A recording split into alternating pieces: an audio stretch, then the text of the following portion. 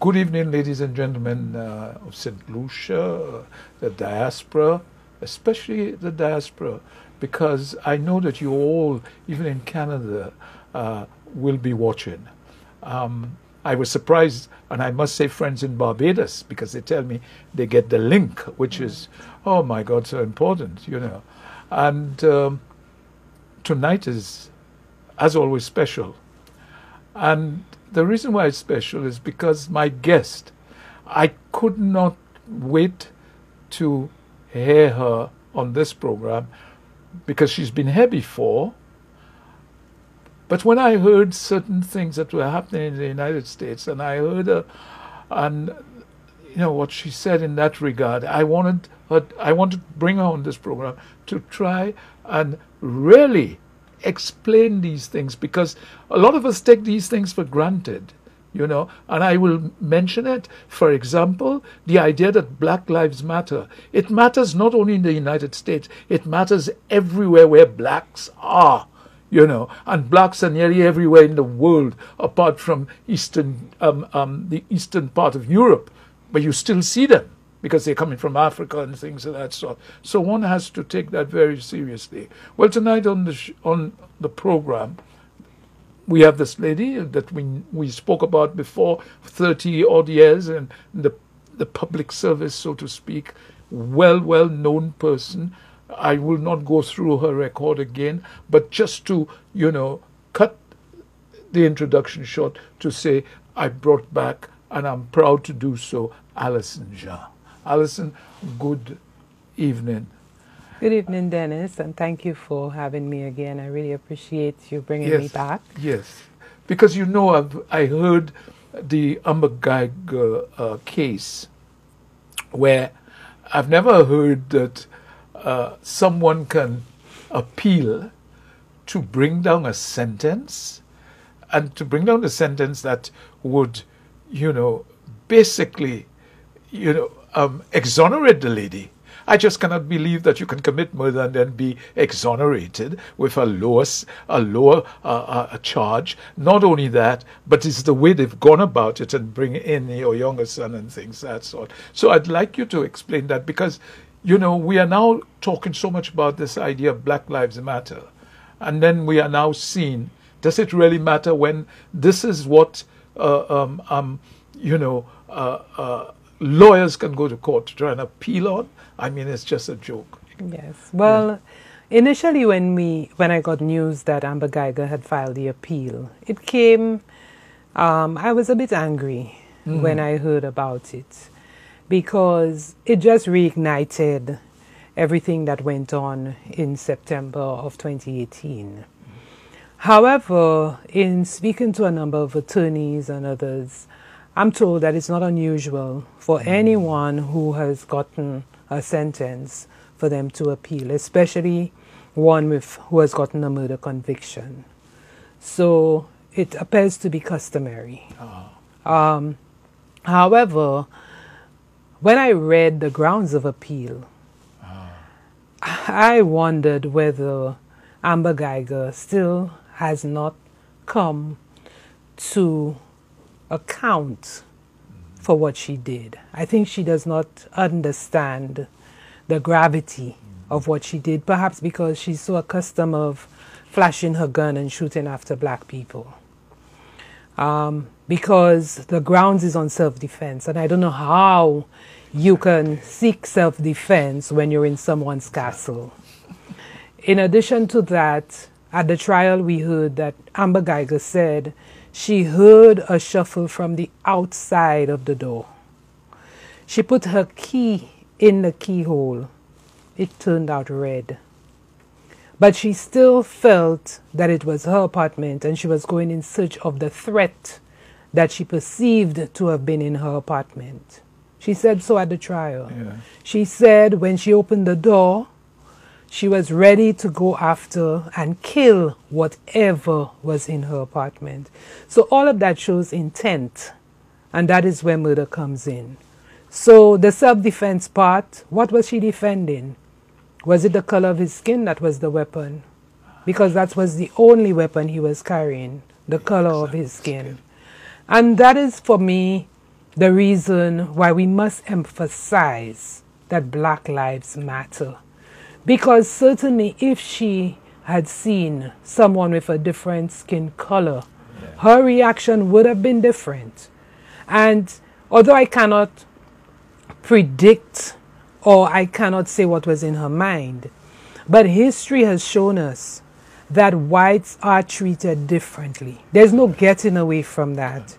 You're seeing just last week or 2 weeks ago, a family with some small children was stopped in the United States, and the children were made to lay down on the hot asphalt because they were investigating a stolen vehicle. 6 children were made to lay down, face down on hot asphalt while the police interrogated their mother. Black children. But on the other hand, you see a white man arrested and he is taken to Burger King because he says he's hungry. One is sitting at the side of the road handcuffed and he's given water to drink. But yet still black children are made to lay on hot asphalt. We certainly are seeing that black lives do not matter in the United States, and therefore we must call on U.S. citizens and the world at large to recognize that Black Lives Matter. So I will not stop saying it, and I want St. Lucians to recognize that as well, because their family who are in the United States are at risk. When we go to the U.S., we go for pleasure, we go on recreation, we go shopping, we go to meetings, we go for health checkups and so on.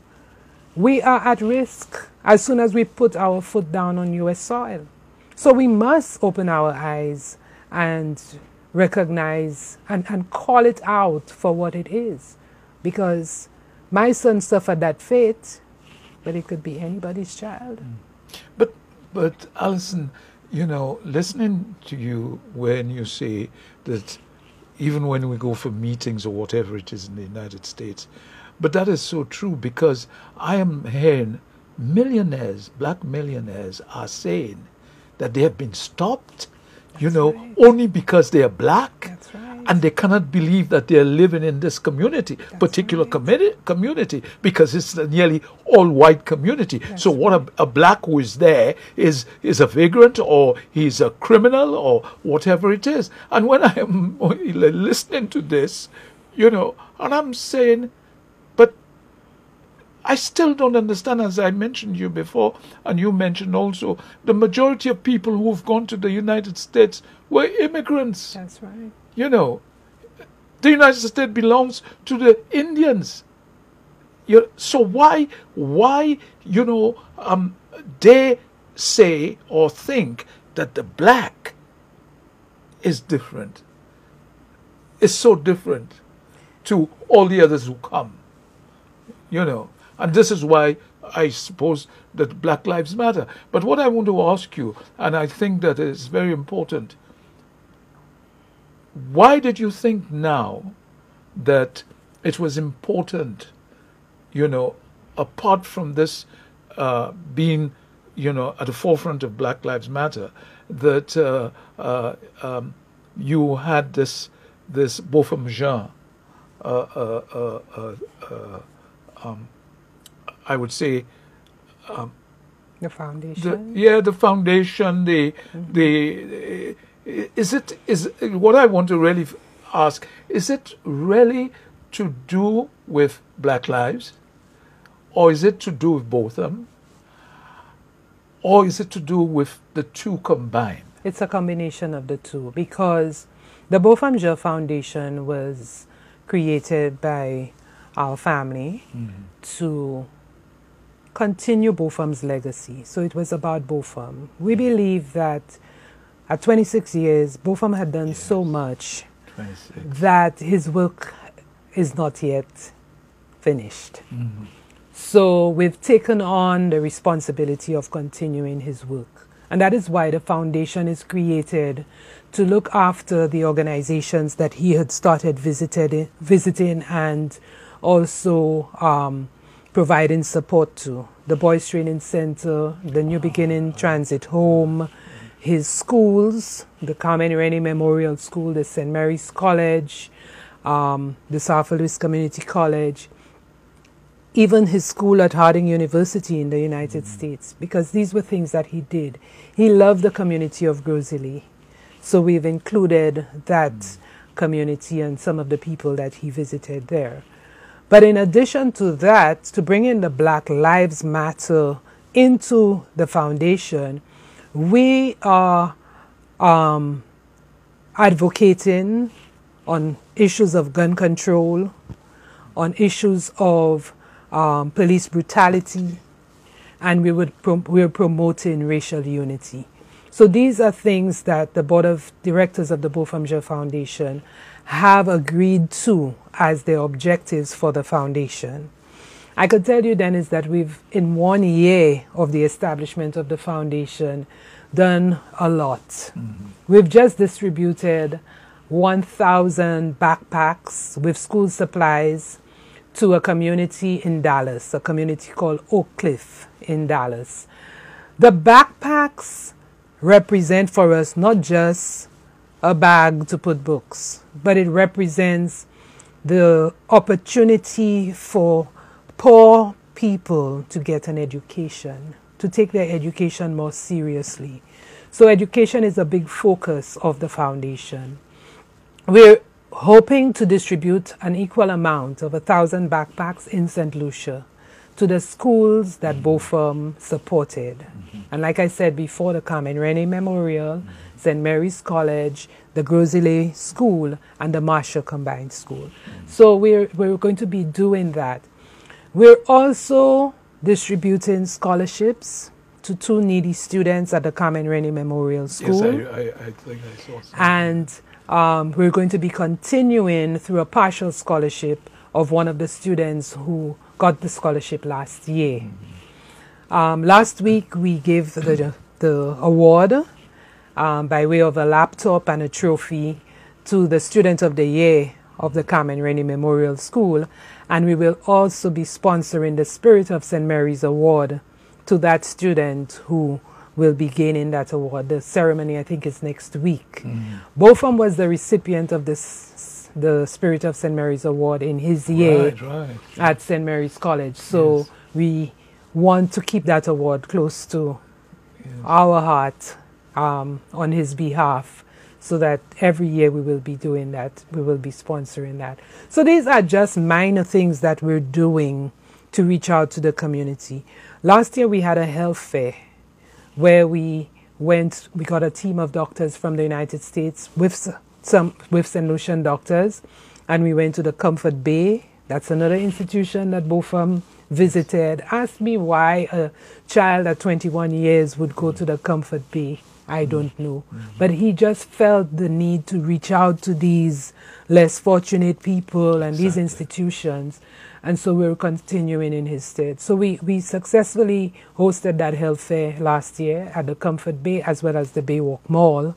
And we expected to do it at a much bigger level this year. But unfortunately, COVID came in and the doctors are not able to come. Well, you know, Allison, we are about to take our first break. But I am very much interested listening to this, because the foundation is or does care about the poor in our society. That's right. And not only here, but in America also. In America as well. So, you know, I really want to focus on, if that is the case, to why has that happened that we still have so many very poor people in our country. Because if you ask me what would help to improve St. Lucia, I will tell you education. You ask me again, I'll say education. Education. And you are telling me that Bothom is that way inclined. That's right. And this is so important. So I want to, when we come for the after the first break, to come into that, because I believe that we will not develop otherwise. Right. You know, so we'll take the break now, and you in the diaspora, Lucia, just hold tight. We're coming back. Welcome back to Head to Head, and I will tell you that I'm so glad to have Allison here, because it is very important to hear what has transpired in America, what is happening with the Bothom Jean Foundation, and how we ourselves, you know, those fortunate enough, can help, because poverty in St. Lucia, you know, this juncture of our lives is so prevalent that it's unbelievable. And yet we hear that colonialism had a conscience for poverty.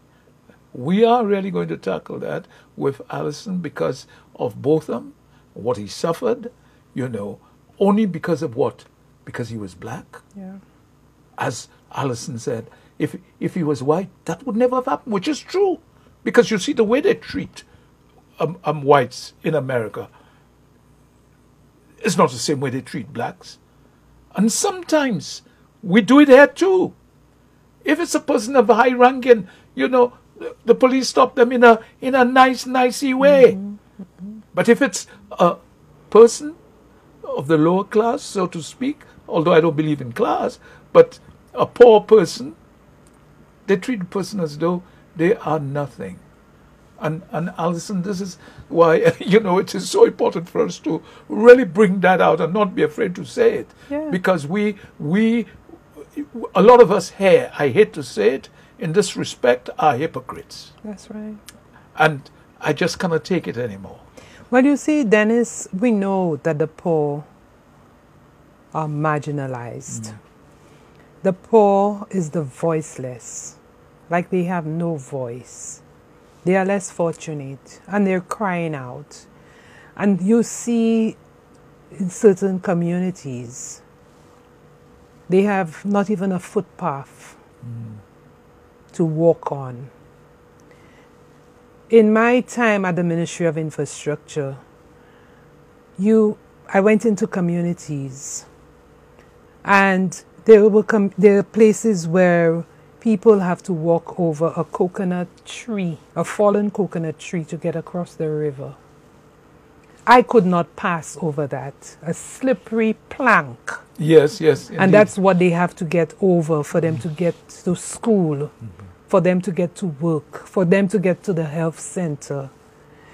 There are areas of abject poverty where children go to school maybe twice a week, only because they have nothing to eat. So they have to stay home, stay in the garden, and help their parents. So the focus of the Bothom Jean Foundation is to look out for these people.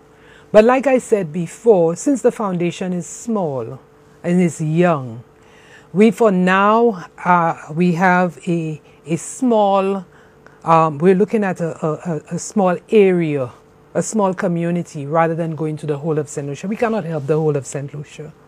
Ever since the foundation was created, persons have found me to tell me how difficult life is, and we've had to supply groceries and so on to some people.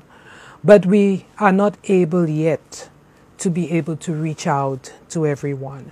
But what we want to do through the foundation is to assist in areas of education, and so recognizing what COVID has done to unemployment. I mean, there's unemployment all over. Most hotel workers at home. Yes. And many persons have been displaced. So we thought that the backpack drive, as well as the scholarships to the students, would assist needy parents in still being able to send their children to school. Because like you said, I believe the solution to poverty is education. education, education, education. And even though the parents cannot overturn themselves by gaining an education now, but if they provide education to their children, then perhaps we will be able to turn that around. So I think for us in our small corner in the foundation, we're certainly looking at 3 major areas: education, health, and advocacy on behalf of the marginalized. Mm-hmm. So in all sorts of ways, we're planning to do a turkey drive in Dallas, because Bothom loved Dallas just like he loved St. Lucia. So we cannot just be looking at St. Lucia only and not look at the place that he loved. So we reach out to communities in Dallas just like we do to communities in St. Lucia, but all in our quest at continuing his legacy. And the phrase that he always used to me, "Mommy, I want to make the world a better place." Mm-hmm. So everything we do is surrounded by that phenomenon of improving the lives of people. When you say the marginalized, for example, after my lecture yesterday online for the supervisory management, and we also do the advanced supervisory management, but the psychology of managing, how you use psychology to manage. One of my students sent me a message to say, and you talk about marginalized, what about he wants to form a group for marginalized young men. Mm-hmm. Because he said, enough is enough. Too many young men now committing suicide. Mm-hmm. Now, and I thought to myself, but a lot of St. Lucians probably don't realize that even now, because it's something that is just glossed over. Mm-hmm. And I said, no. The best way to go about this is not forming. Try to see. I have all the information of how to form an NGO. Mm-hmm. Do that through the NGO, mm-hmm. And because I don't know if the Bothom Jean Foundation is through an NGO. Well, we've just gotten registered through the Ministry of Social Equity, right. And we are seeking to have the foundation incorporated as a non-governmental, non-for-profit organization. Exactly. NGO, yeah. Because we have been registered in the United States as such, right. And we also have tax-free status. So persons who contribute towards the foundation in the United States can get a tax rebate. Good. So we want to have that foundation well established as a legal entity, so that we would be transparent in everything that we do. The transparency is very important. Transparency is extremely important. Very. And for us to have it separate from our own whatever business that we have, so it can be a standalone. That's right. Yeah, but then is the push towards NGOs to help the marginalized is extremely important. Very. The only thing I caution against is people capitalizing on vulnerable people. Exactly. Because apparently in the United States and the rest of the world, there is funding available from various sources. Correct. And there are some people who tap these funds, but they don't reach the people who they say they are assisting. That deserve it. That deserve it. Yes. And that for me is really corruption. Well, of course it is. At the highest level. The foundation is clear and distinct from our own personal finances. We've contributed a lot from our own to start up the foundation. But whatever fundraising that we do on behalf of the foundation, these funds go directly for the purpose to which they were intended. We did a toy drive last year. Again, we provided toys to the children at the transit home. Yes. We gave sporting sporting equipment and different things and shoes and so on to the Boys Training Center. So we're always looking for opportunities to assist these marginalized. But it is really sad when there are people with no voice. Exactly. And like you say, sometimes we see somebody's already poor and we treat them badly. Exactly. Sometimes I see it at the supermarket. Yes. A lady there with all her pennies trying to put the money together and she cannot pay for the few little groceries that she has there. Reach out and just help her. You know, so in our small corner, I think each of us has a responsibility for us to do good to the people who are there, to the communities that are out there. We really need to try to turn around that poverty and see how we can assist these people. But this is why, you know, I keep saying, and about the education, is because of my mother. She used to say, moi pas teni éducation unia parce que mon pate allé c'est primary school, mon pate même fini ça. Mais moi v'les autres ni éducation parce que éducation si zot pas ni ça, zot pas ça vivre. Nou ka wè sa simplicity in her day, you know. And you were thinking someone with primary school, not even a primary school education, realized that because she was from Denry, you know, and she made that effort even when nearly all of us went to college or convent. And you said to yourself then, because we had to pay then, didn't we? How did she... But she was all out in the market selling. She saw the value of giving you an education. Exactly. And then is the other thing too is while we are giving backpacks, I am thinking that in today's age, in today's society, we are in the computer age. Exactly.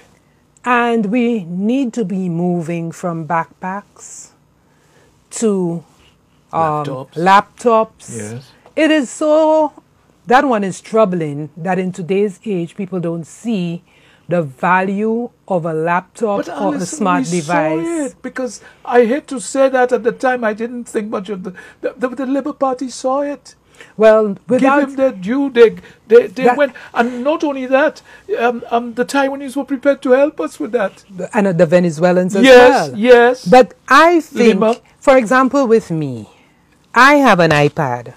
Yes. And on that iPad, I have hundreds of books. Yes, yes. I use the iPad for my Bible. I have my email. Yes. I have books that I read. Yes. I check the weather. Yes. Everything is just on that one device. Can you imagine that? So we need to get to an age, and I hope that the Bothom Jean Foundation would be able to, very soon, instead of distributing backpacks, distribute tablets or laptops to our children. Because that is where they can go out and gain even further information. Before, when you went to school, you needed a dictionary, a thesaurus, an atlas. All of that you can have on one device.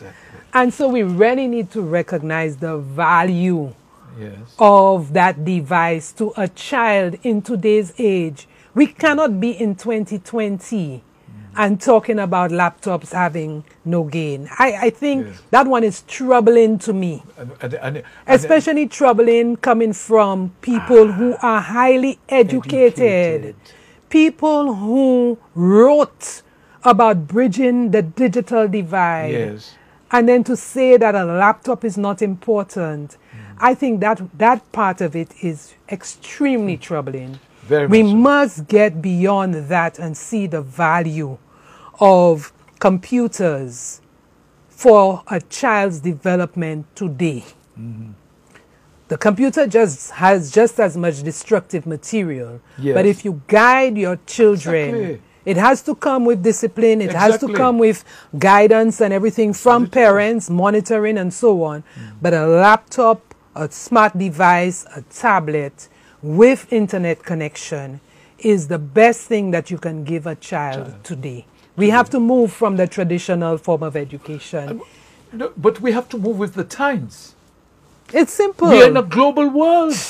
Children are born now. I say these are computer babies. But of A course child who is born today, the first thing he gravitates to Yeah. is your cell phone. That's what he wants to play but with. I have a 6-year-old. I must tell you, going on 7. And he's the one who, when I have a problem on the phone, I call him. I said to me, Dimitri, come. What, Daddy? And I could see him, and I'm looking at him and I'm saying, my God. But you tell me to do it, I cannot. That's today's age. And that's today's age. We will stop it there, and then we'll go for our second break. But I want to come back. I want to come in the third section to look at the idea of colonialism, because I think colonialism is misinterpreted not only by certain individuals, but by a lot of people, because it was pernicious.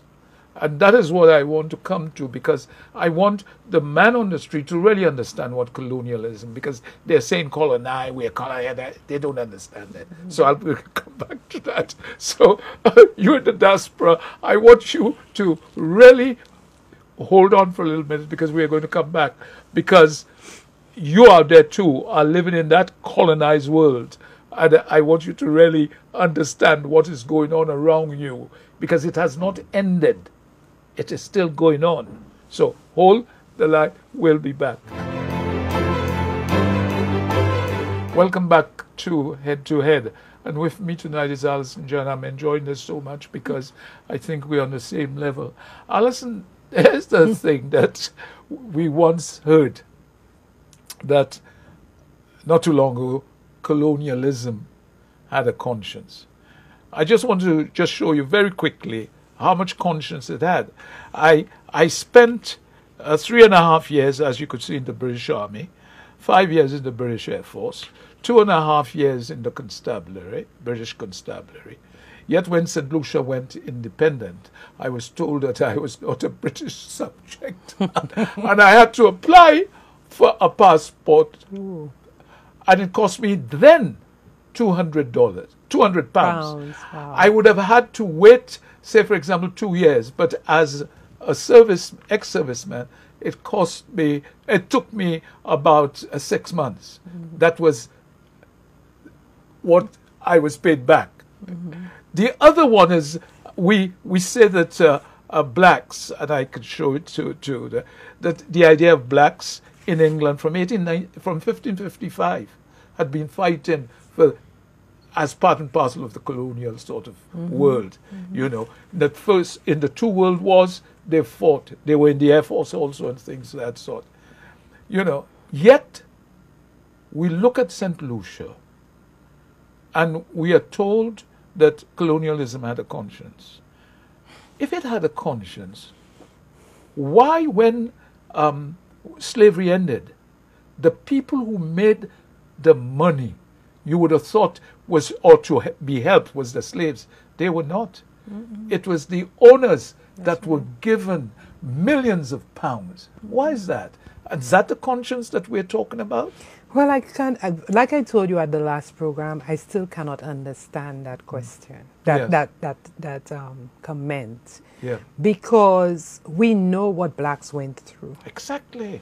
Still going through. And still going through. We still marginalized in the Western world. Because your son Bothom went through it. That's right. And it happened with his death. That's right. And it is happening every single day. I mean, Exactly. Dennis, I try to avoid social media because ever since Bothom's death, I've been associated with a number of people who came out to support, quite. especially the civil rights activists and my attorneys and so on. Yes. Almost every single week, they get a new case. Yes. That has to do with blacks. Yes. Whether it be police brutality, whether it be white supremacists, whether it be whatever it is, some black person getting shot, getting killed, getting harassed out of a neighborhood. So it's troubling. So I'm even trying to wean myself away from social media because it continues to keep me angry, and that's not what I want. Exactly. So to hear that colonialism had a conscience really for me says that the whites were right to do us what what was done to us at the time. I mean, and I keep telling people today, telling my friends, when you say I am not voting, you're telling your forefathers who fought for your freedom that colonialism had a conscience. That for me is where you validate it. When you say, I'm not voting me, I'm not in that. Yeah. Because these were things that they fought for. You have the adult suffrage. You had the right of women to work. They had to fight for that in their time. So what we need to do is to continue fighting. We cannot be lazy and say we're not doing it. What was created for us is to go and put one X in a ballot box.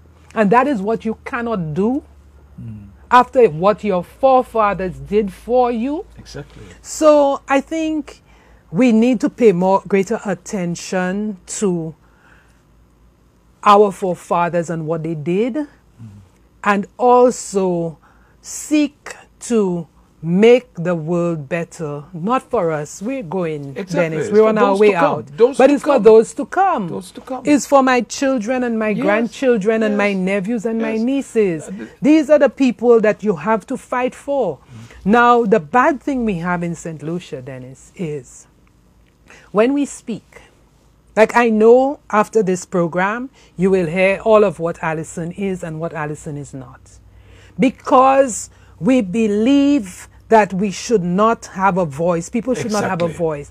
And if you dissent on certain issues in St. Lucia, then you are colored. Yes. Well, so be it.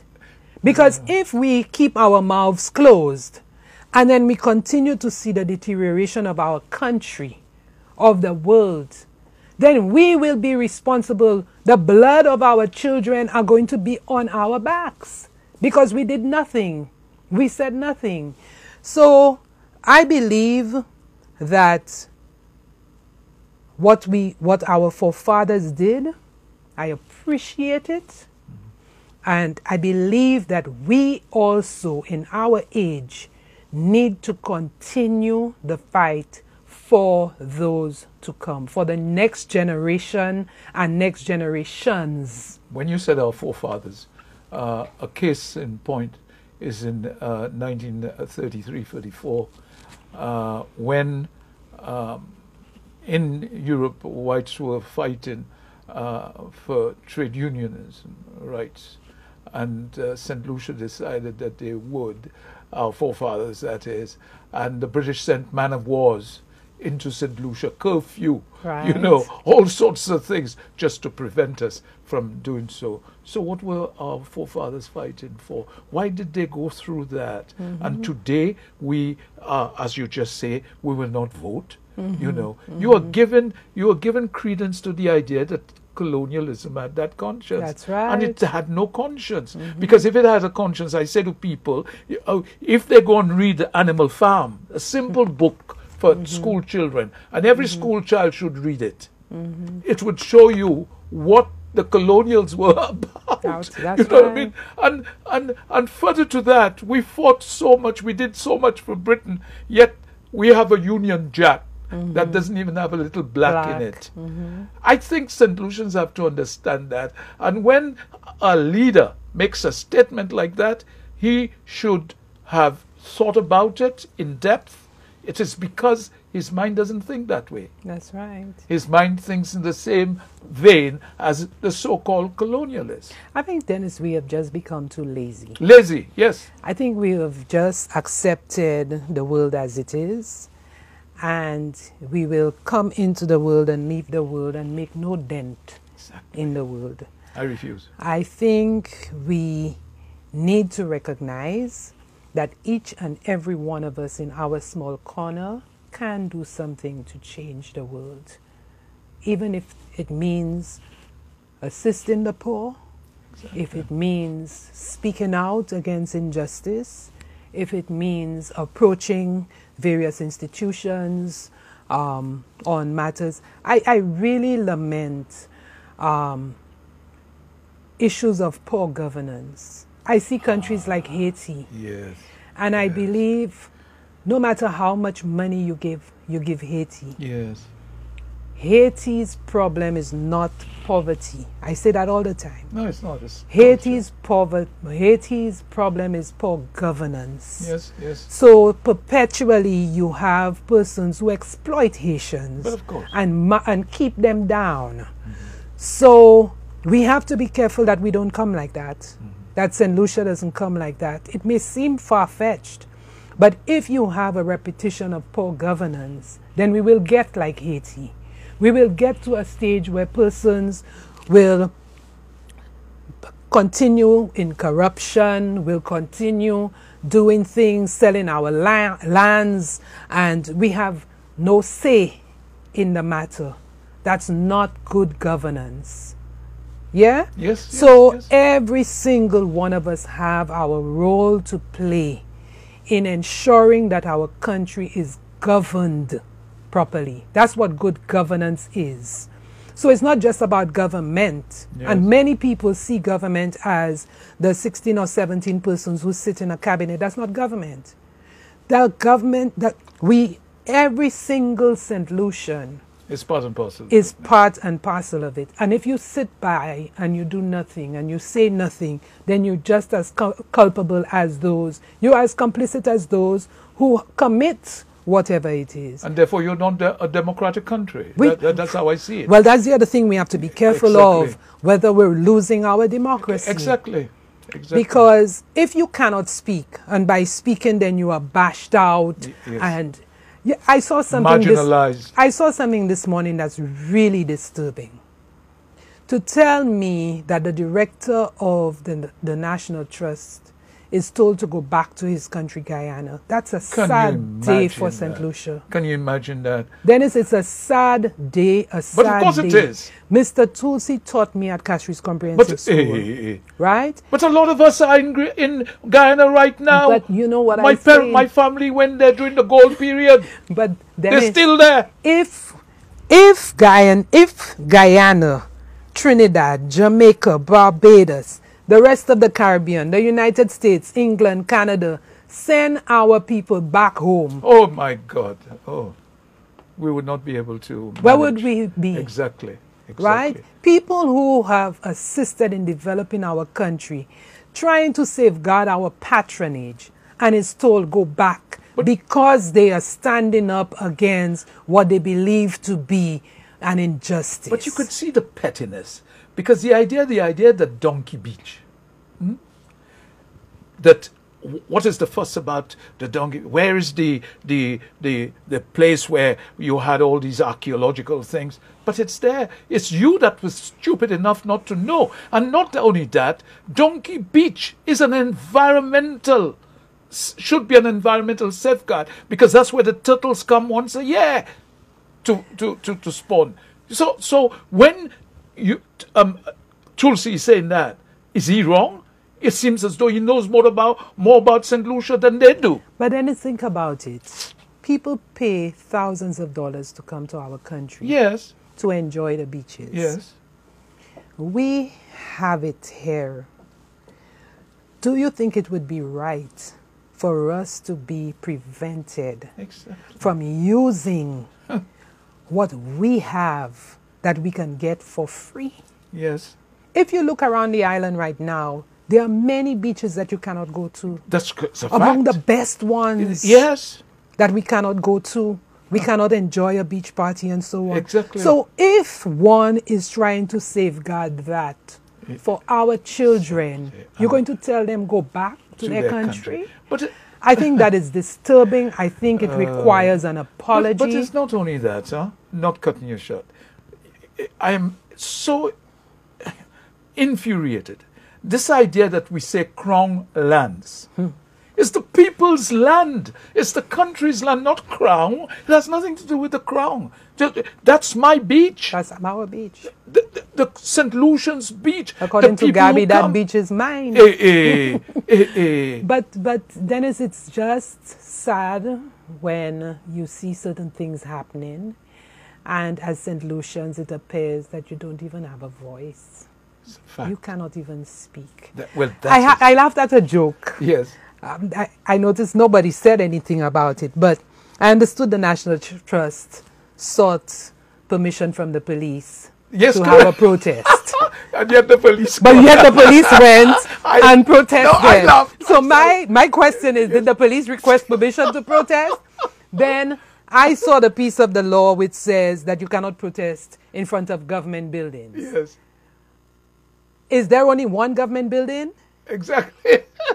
Every single building that houses government officers are government buildings. But yet still they were standing in front of the police headquarters, which is a government building. Exactly. So I'm not saying they're wrong, and I believe I'd like to see that the police stood for their own. Exactly. But it's the principle behind it, the inequities that we're seeing, the way it is explained. Yes, we're too inequitable. Yes, What's good for the goose, not good for the gander. So I think... No, I was chuckled. I chuckled. So it's not only you. I sat there and I said, I was doing something else. I said, I don't think I heard that right. It's just laughable, poor thing. But it's our sad. country, it's not laughable, Dennis, it's sad. We need to pull back. And now I can understand. Immediately, I said to the lady, no wonder they wanted a state of emergency. Yeah. That's what it is all about. Yeah. That's what it's all about. They can stop the National Trust. They can stop people who want to show their emotions about certain things. They don't want that. Yeah. You know, so sad. So it's all political. That's right. And we have to move that out and think of St. Lucia first. That's right. As you mentioned, our children and their children and their children. That's right. We have to develop this country, not for us. Mm-hmm. As you say, we are on the way out. I would hope I'm not on the way out yet. There's quite a few years. I'd love to see my children grow. But Allison, once again, I must say to you, thanks. I think that, I came, I must say that to the diaspora, with the questions to ask you, but I don't think I looked at it. Because from the word go, we were able to come out with the things that we should come out with, and questions per se, because the discussion is more important than sticking to questions. So this program is just too short. Then I know. I think the time goes by very quickly. Fast. You're so fast. Yeah, but I really enjoyed our discourse. Yes. But I had to bring you back because I couldn't. Now you have explained it, but I just felt a little bit, especially about your son. Yeah. The comments that were being made. Yeah. And I was livid. I was up and down. I says, I have to call you. We didn't even speak about that. Yes, I did. Well, the point is, because I found it at the end a little bit stupid, ignorant. I believe that the cliche where ignorance is bliss, there's folly to be wise. I think that is what I would say to you right now.